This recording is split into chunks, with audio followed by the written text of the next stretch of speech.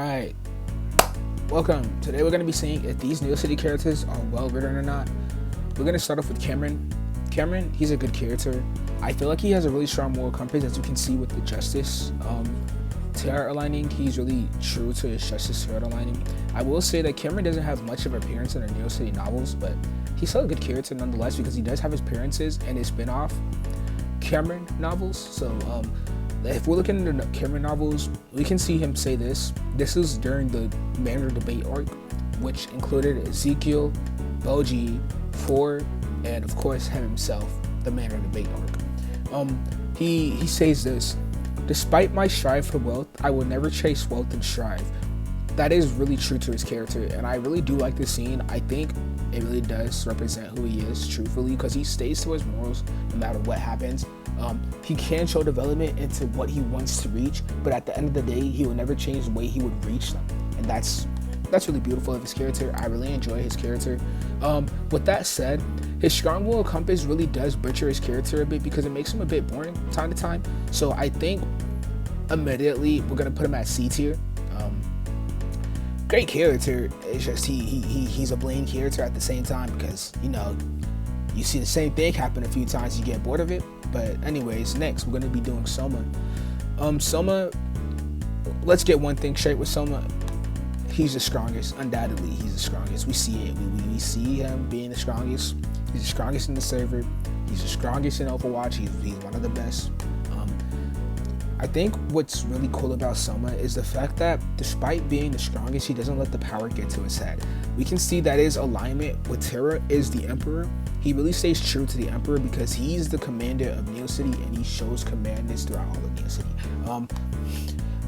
Obviously, him being the Discord owner, it really shows something about his character, about how everybody trusts him. I like to look back at a specific arc. Give me a second to find the arc. It was an arc. Let's go back here. Okay, in Arc 70, Road to Victory, Chapter 55. If you're not familiar with this arc was when the Neocity Knights fought against the Israel Knights. The best of the Overwatch team. Ezekiel, the second in command, he mentioned, I can't even imagine. Hold on, I gotta circle this. I can't even imagine Soma losing. That's fairly deep for his character, let's be honest here. It really shows that people do have trust in Soma because he builds the server and in trust, and he wants that trust back. Is what we're seeing, is what we see a lot, even with the Emperor. It's really cool seeing his character develop, even with this power-hungry mindset. He lets the writers really let his character develop throughout the story. They don't really butcher him because he's the strongest, and it's really well written. I like his character. One thing we got to mention about Soma's character is that he is in fact queer, which does add an extra dimension to his character. It's pretty cool, but obviously he's not the only queer in the story. So Soma, he gets a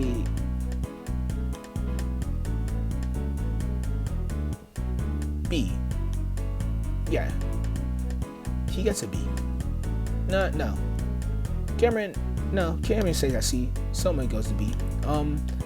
Soma, he's a great character overall. Let's go to our next character. We're gonna be doing Trevor. Trevor, as we know, he's the newest of the Neocity Knights.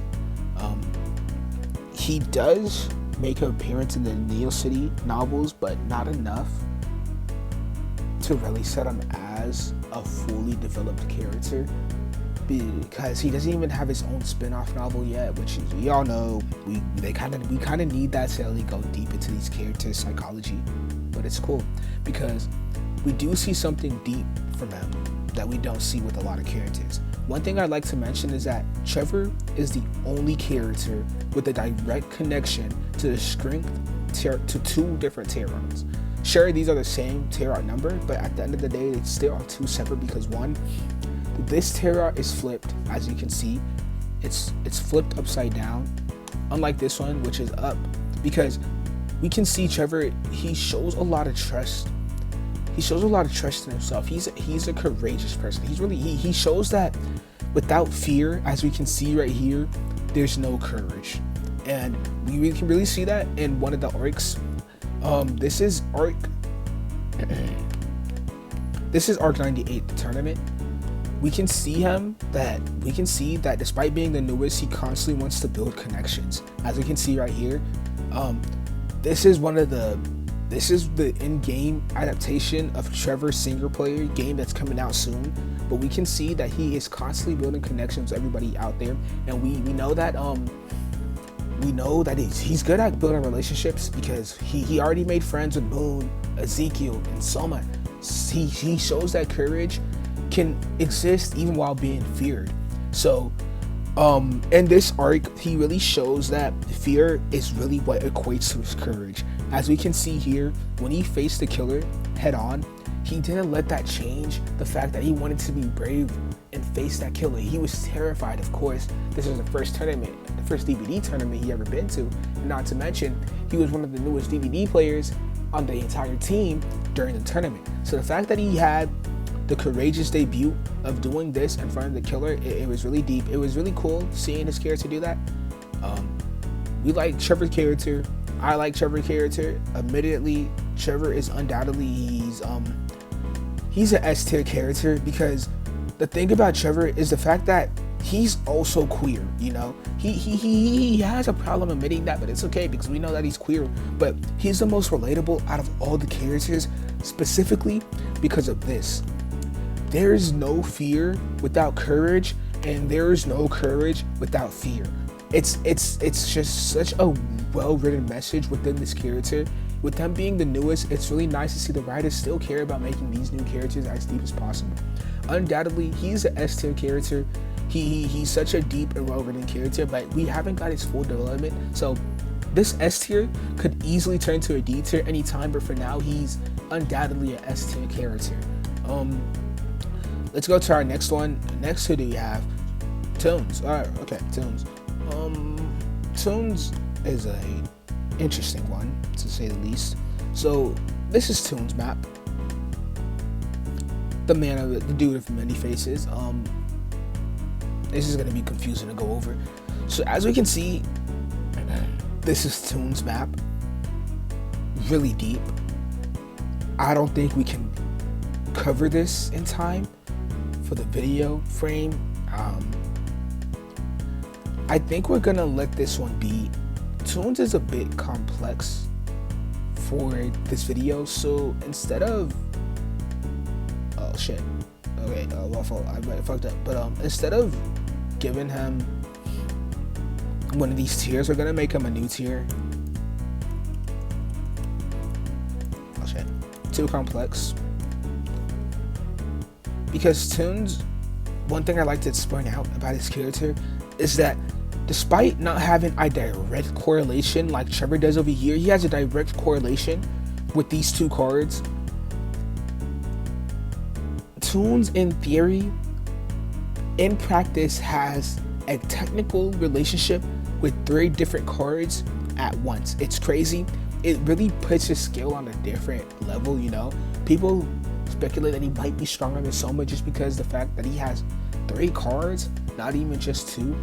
But as you can see, he has a connection to the Magician, the Hermit, and the Empress. It's really deep with Toons.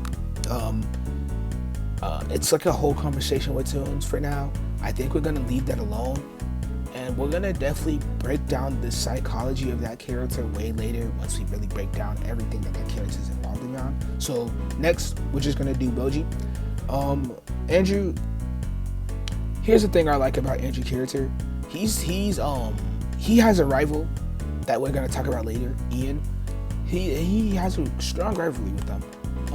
As we can see, his alignment is with the Fool. A lot of people do speculate that his alignment is actually with the Sun, which I can see where they're coming from, but I do believe that it's instead the Fool, because there's just too much evidence leaning on the fact that he is the Fool. Another side theory is that he might be aligned with the Tower, but for now, we'll say the Fool because it has a more positive light.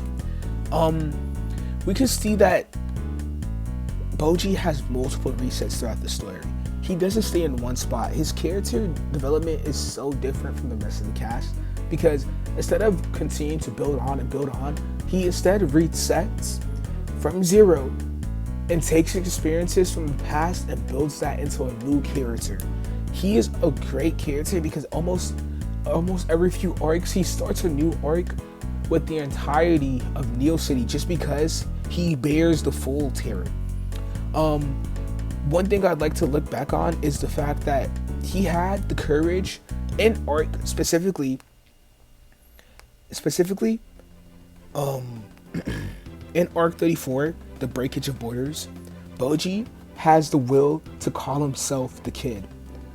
This is really deep, as we can go back to the full, and that shows that he knows the fact that he's in fact the fool, or that's as much as I speculate, because every time he resets, he knows that he resets every time, but he makes a front to everybody to try to make everybody think that, oh, this is the same guy we talk to every time. But it's really deep with this character. I want to break down the psychology a bit more. Right here, he says the best answer towards a fool is silence. This is in the same chapter, by the way. He named himself the kid. Awesome. Rich, it's really awesome that he says this, because he admits the fact that he knows what a fool is. He knows himself is a fool. What he does is that he looks back on his past self and calls himself a fool, but that doesn't mean his new self isn't the fool.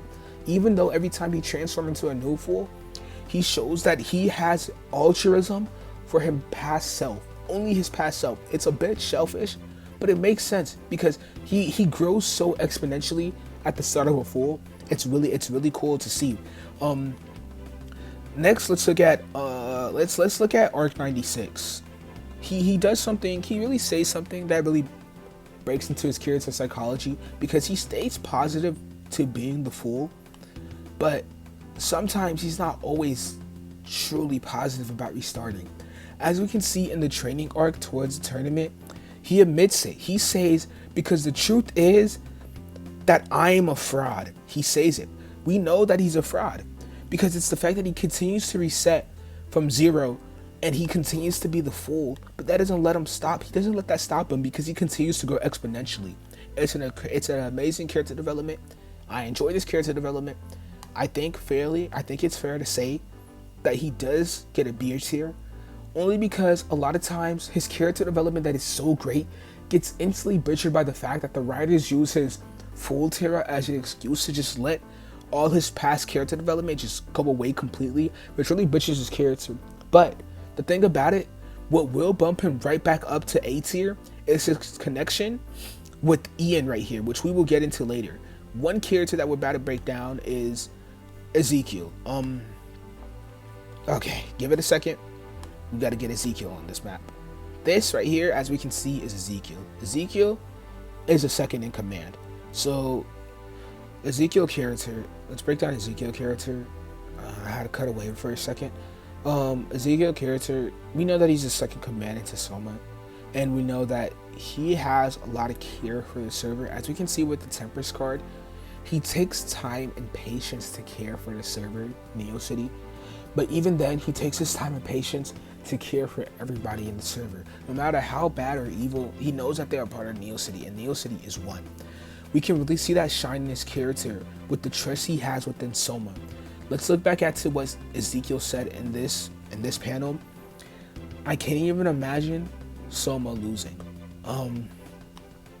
This really shows his trust into Soma, and we can see him even trust himself a bit too much, because in one arc, this is the arc 43, Neo Badlands, Evil City. We know that Evil City was created to bring together a collective of Neocity individuals that couldn't make the cut into the actual server. So it's really nice to see that Ezekiel still has that heart for even people that aren't even actually in the server. The thing about it, even when the server died, we seen that he had a strong connection with it, that he didn't want to let it go, but either way, he knew that it was going to let go. So admittedly, he gave it up, he let it die. He didn't hang on to it for that long. He just let it die as it is. So admittedly, Ezekiel is in fact a B tier character. The only reason why I put him at B tier and not A tier or S tier is because he he's not really complex in a way. He has a one track. He's definitely a step above Cameron, we can see, but you know, we can see him be a good character time to time. We see him constantly throughout the Neocity novels. He's always there, and it's really nice to see. Finally, we have Ian. We have Ian's frame. So Ian obviously has his rivalry with Andrew.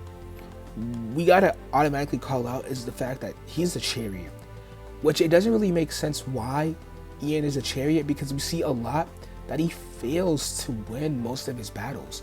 But when you think about it, that's not what the chariot is about. The chariot is about winning and gaining strength from your wins. We can see him always come back and always reach for the top, because that's what it means to win, to reach the top, not to settle. And we can see that even better with his rivalry with Andrew, because Andrew refuses to settle also. That's what makes their rivalry so tight. It's an unbreakable rivalry, because they both reach for the top. They both fight each other for the top. They're always equal, but it doesn't matter, because their will to reach the top will never stop that exponential growth. We see that Andrew constantly resets to reach his growth, and we see that Ian constantly just continues to push forward. Despite being an antagonist throughout some arcs, he doesn't care. He continues to push forward to reach the top. We can really see that his confidence, it really leaves an impression that he has the confidence of a god inside a human body, but he doesn't let that stop him. He uses god confidence as if he was the god himself, and it's really impressive to see. We can call him a kami, if you will. Next, let's look at this arc. Specifically, this arc, it's named Arc 65 Minecraft Part 2. In this arc, it's really beautiful. I really do like this arc. We get to see one panel that's a really defining moment for his character. My hope in winning is in becoming Enderfolk itself. So how bad at Herobrine? Now, obviously this needs a little bit of breakdown for background. Herobrine, as we know, is actually Andrew. Yes, yeah. We apparently, yeah. So the speculation was true that Herobrine is in fact Andrew. Give it a second so I can draw this line towards Andrew. This guy, Andrew, he is the same as Herobrine, one of the main antagonists inside the Minecraft Arc Part 2. It's really cool. It's a really cool detail if you didn't pick up on it. But we can see that even despite him becoming a villain and antagonist in this arc, he doesn't give up. He really doesn't give up. He stays true to himself and he continues to fight on. That's what makes Ian such an interesting character, because we see a lot of complexity with his growth, and then his complexity is even added on more to him with the help of this character right here, Boji, and it's really cool to see him grow. It's awesome, honestly. Both of them reaching for the top. It's a never ending. And you know, with Arc 101, Ian's departure, we see him leave to go ahead and follow his goals towards a brighter and stronger path towards the top. He never really strays from the top path. So, admittedly, Ian is also an A-tier character with Boji. These characters, they're cool. We get to, he really shows his will, you know. So that's in fact my rating for these characters. Overall, well written, and we'll leave it at that. So thank you for watching. Catch you later.